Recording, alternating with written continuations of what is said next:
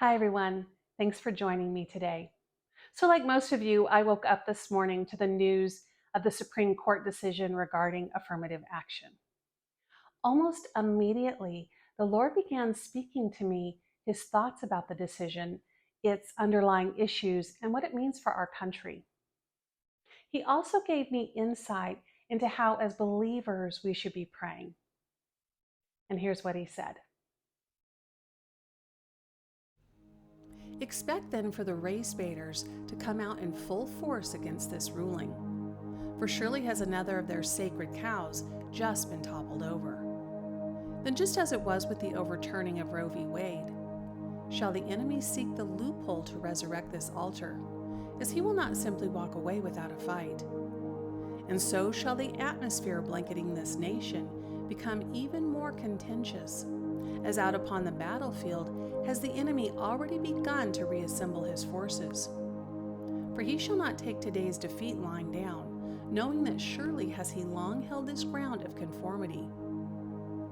And so shall his mantra of fairness and equity be continually broadcast out over the airwaves of America, in an effort to convince her people that the current ruling handed down pertaining to diversity is unjust, and should therefore not be viewed as valid. After all, how can a law be enforced if it isn't enacted? So while it is true that in the not too distant past many of this nation's citizens were thought to be a subclass, and thus marginalized due to their gender or ethnicity, this law of affirmative action did not rectify this matter. For while it was put forth as a means to protect against discrimination, it actually only redefined those lines, as the more qualified have surely been overlooked in order to meet the demands of its federally mandated quotas. See then that in this hour have I liberated the American people from this decades-long bondage, breaking those bureaucratic shackles which have actually impeded the true balance of diversity from unfolding, as it is the distinct qualities of the individual that makes any people group diverse, and should be held as having more value than skin tone or gender. And so it shall be again that merit determines qualification instead of the color of one's skin. Ah, then, America, do not be surprised when the race card is played again and again, as those who are now trumpeting sound the alarm are only echoing the enemy's message. For it is in his best interest to keep this nation divided, and so those who have aligned with him are out in unison decrying the overturning of this long-standing law. Yet did I not say to expect more turbulence in this season?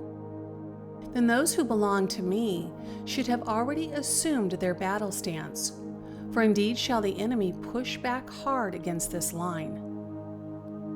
Hear me then, dear ones. Do not think this overturning means the full victory is complete, for the enemy will continue to contest this ground. Remember, he is crafty, and as such does not fight fair. Therefore, do not fall prey to his diversionary tactics. Keep your line of sight firmly affixed upon his position, launching volley after volley of warfare aimed right in his direction. Then, in order to keep him from reclaiming any of this ground, this lie of diversity being promoted across the airways must be broken. For he has presented a distorted version of its meaning, where some must be penalized so that others can advance. Pray against the exploitation of any gaps in this ruling, and that these loopholes are sealed shut. Then cry out for the healing oil of my love to flow in like a wave across this nation, quenching the smoldering embers of prejudice before the fires of hatred once again ignite. I hope you were encouraged by this word, and that you'll partner with me and other believers in what the Lord is asking us to do. Thank you again for joining me today.